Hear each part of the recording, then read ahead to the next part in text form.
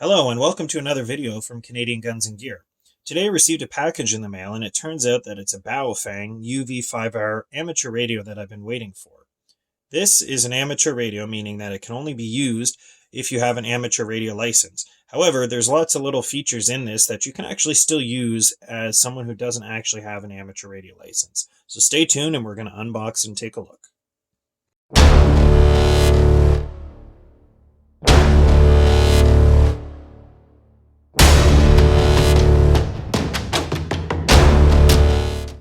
We've got the radio out of the packaging here, so we're going to go ahead and take a look at what's inside the box.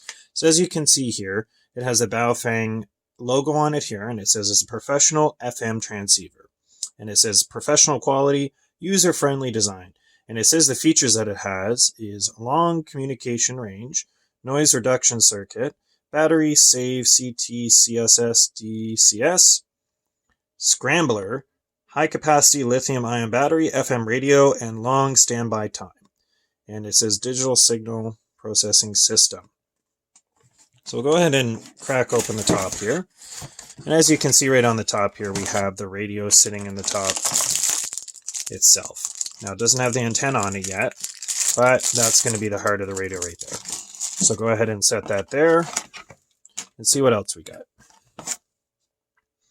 So here's the user manual. These are typically translated from Chinese to English. They're not the greatest, but there could be some useful information in there still, so it's worth taking a look anyway. On top here, we have the antenna, a power cord,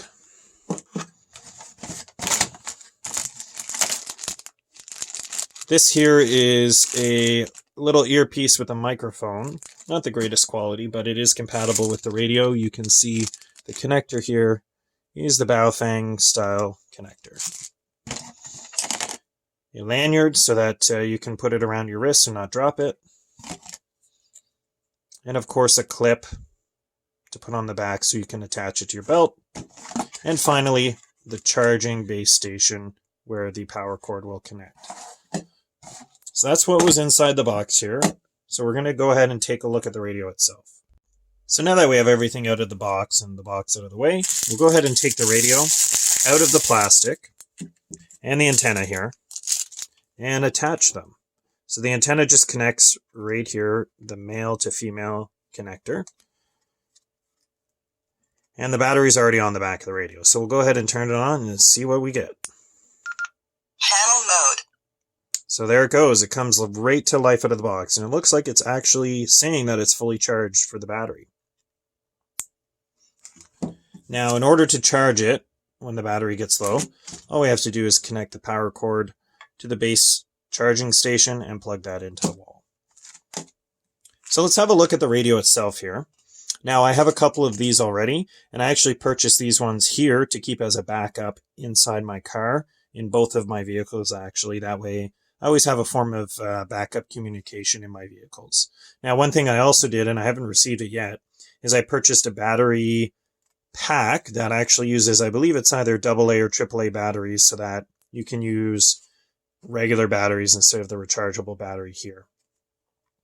So looking at a couple of the features here, Channel mode.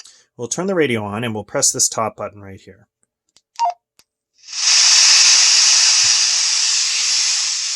And we can scan with the buttons here.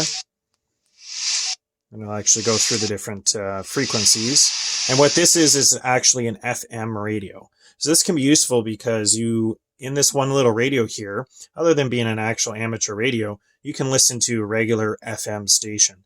So in case of an emergency, you could get information over a regular radio station if they're broadcasting emergency information.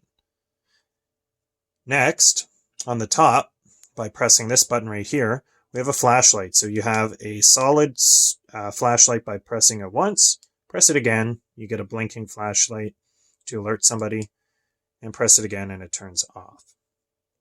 Now, another valuable feature with this radio is it can actually tune into weather radio. Now, what I mean by weather radio is, depending on where you live, if you're in the United States, you may know it as NOAA radio or NOAA weather radio. In Canada, we have Weather Radio Canada.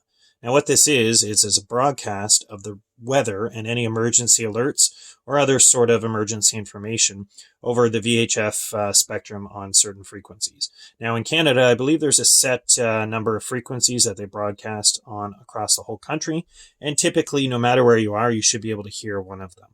Now, a good idea here is if you have one of these radios, go ahead and program all those different frequencies into the radio ahead of time. That way, no matter where you are, you can pick up the weather radio. Because it's not like an off-the-shelf one where we'll automatically have them programmed in. You'll have to put them in manually. Go ahead and turn it on. We'll listen to what it sounds like.